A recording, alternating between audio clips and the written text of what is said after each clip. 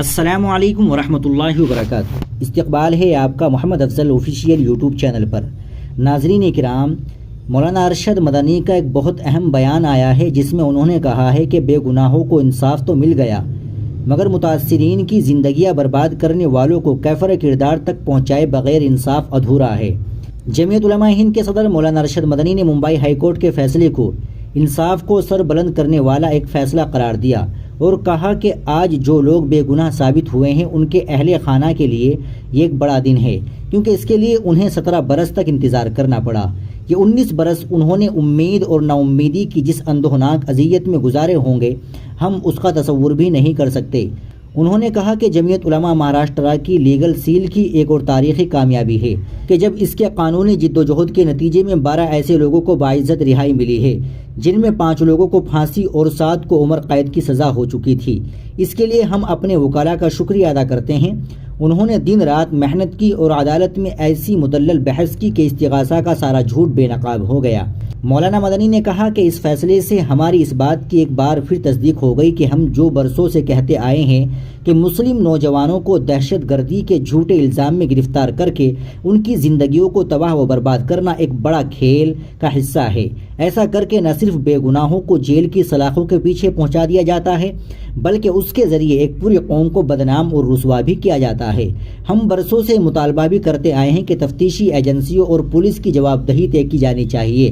جب تک ایسا نہیں کیا جائے گا نہ صرف دہشت گرد بلکہ دوسرے قوانین کی آڑ میں بھی بے گناہوں کی زندگیاں اسی طرح تباہ و برباد کی جاتی رہے گی۔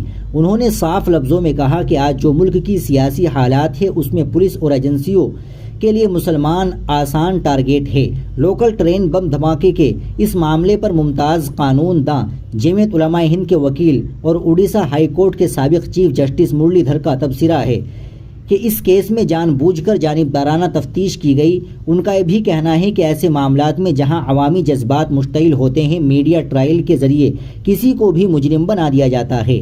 پریس کانفرنس پہلے کی جاتی ہے، ثبوت بعد میں تلاش کیے جاتے ہیں۔ جسٹس مرلی دھر کا یہ تبصرہ ملک کے قانونی سسٹم کے اندر کی ساری کہانی بیان کر دیتا ہے۔ مولانا مدنی نے یہ بھی کہا کہ کسی طرح کی جواب دہی کے فقدان کے نتیجے میں قانون نافذ کرنے والے اداروں کو اس بات کی مکمل چھوٹ مل جاتی ہے کہ وہ جس کو چاہے مجرم بنا دیں، نہ تو ان کا کوئی محاسبہ ہوگا اور نہ ہی اس کے لیے ان سے کسی طرح کا کوئی سوال ہی ہوگا۔ انہوں نے کہا کہ اس چھوٹ نے انہیں بے لگام کر دیا ہے، جس کے بدترین مثال یہ معاملہ ہے کہ جب انصاف کے حصول میں 19 برس کا طویل عرصہ لگ گیا، بے گناہ باعزت بری بھی ہو گئے مگر ان لوگوں سے کوئی باز پرس نہیں ہوئی جنہوں نے 12 زندگیاں برباد کی۔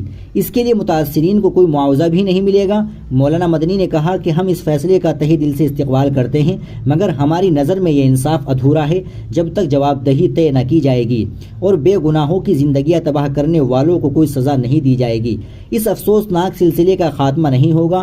قانون کی آڑ میں اسی طرح بے گناہوں کی زندگیوں سے کھلواڑ ہوتا رہے گا اور ملک کا میڈیا ایک مخصوص فرقے کے خلاف پروپیگنڈا مہم چلا کر اسے بدنام کرتا رہے گا۔ مولانا مدنی نے آخر میں کہا کہ بے قصور مسلمانوں کی زندگیوں سے کھلواڑ کرنے والے آخر کہاں ہیں، لیکن ہمیں امید ہے کہ آج نہیں تو کل حالات بدلیں گے۔ اب وقت آ گیا ہے کہ سپریم کورٹ کو اس پر از خود سوموٹو نوٹس لینا چاہیے۔ انہوں نے اس بات پر بھی سخت برہمی کا اظہار کیا کہ نام نہاد قومی میڈیا اکثر متعصب الیکٹرانک میڈیا مسلمانوں کی گرفتاری کے وقت طوفان کھڑا کر دیتا ہے اور ان کے خلاف ٹرائل شروع کر دیتا ہے۔ جب یہی لوگ عدالت سے باعزت بری ہوتے ہیں تو میڈیا کو صاف سونگ جاتا ہے۔ یہ جانبدارانہ رویہ صحافت کے پیشے سے خیانت ہے۔ ناظرین اکرام، آپ اس بیان کے تعلق سے کیا کہیں گے کمنٹ باکس میں ضرور بتائیے گا۔ ویڈیو کو لائک اور شیئر ضرور کریے، چینل کو بھی سبسکرائب کر لیجیے۔ السلام علیکم ورحمۃ اللہ وبرکاتہ۔